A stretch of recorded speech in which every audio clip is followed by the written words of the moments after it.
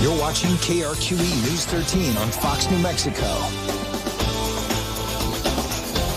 Welcome back. It's what we love to hear. Christmas is right around the corner, and with the holiday comes season traditions. Joining us, telling us more about the traditions that we celebrate here in New Mexico, our buddy, local historian, Raffi Andonian. Raffi, always good to have you with us. Hey, one of my favorite memories in Christmas time, yeah, that's right, I look like a Christmas present, right, with a big Christmas bow tie.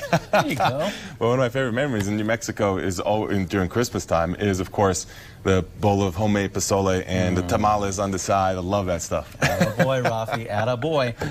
Okay, so the first topic here, I'm just going to put my 2 cents in. They are farolitos, but they're called luminarias. Take it away. Well, I love that you say, how about the electrolitos, right? Which is the electric ones, but yeah, those are fine. Yeah, but you're a purist, and I am too, so you got to have the real thing. I agree with you, real fire. But the farolitos, of course, mean lantern, right? Little lantern, and luminaria means, you know, illumination.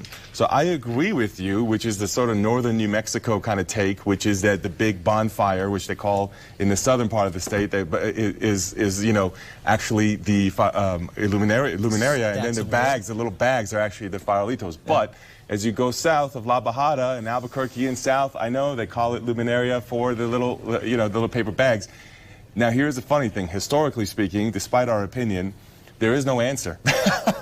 You can look at historic newspapers, and they use them interchangeably, which really drives me crazy, because then you really, it's very challenging to keep up. Okay, here's my thing. Here's my take on it. So you don't call a semi-truck a pickup. That's you know? true. I agree. I know. Now, I'll say this, though. Before, what you may not realize is that before, you know, the way we're talking about with the paper bags and such, is there was actually piñon bark that was used to put fire in before the rise of paper bags and so on and so forth. And of course, all of it is to be able to light the way for the Holy Family, or for humans to light the way to Christmas Eve Mass, right? So they do have a function and a purpose in addition to being beautiful. Attaboy, Raffi, that's what we want to hear. So also some other cultural influences that kind of play a role here. Yeah, I think it's fascinating as culture from New Mexico gets imported, exported, to reflect many different ways. I'll give you a few examples.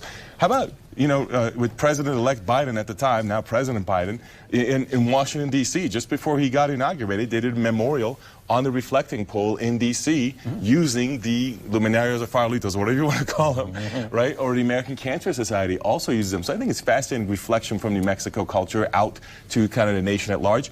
Or looking kind of more internationally, you see it used in the Philippines and across Latin America, because of course Spanish territories, former Spanish territories.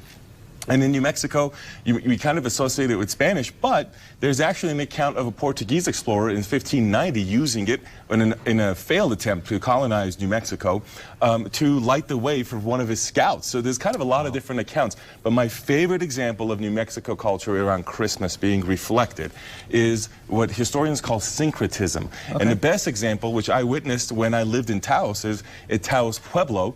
You can go, of course, they have the Christmas Eve procession with the Virgin Mary, and on Christmas Day, the dances that they do. And the reason historians call it syncretism is because it synchronizes both the native Taos religion and the Catholic religion brought in from the Spanish, because you're celebrating Christmas, but doing so with the local cultural beliefs and traditions, so the synchronizing of beliefs. I think we have those called the matachines. And real quick here, New Mexico food during Christmas time, there's nothing like it. Biscochitos, biscochitos, of course, and they're reflected. Here, have one. Okay. They're reflected in Spain. They come from Spain, France, Portugal, Italy. They have versions of these. But to me, the reason food matters so much in history is because you can literally taste the history of your grandmother and your family, and remember the memories coming together with family. Food has that rich ability to create culture and history. Raffi, Merry Christmas, and thanks for joining us. Thanks for the cookies. We'll be right back.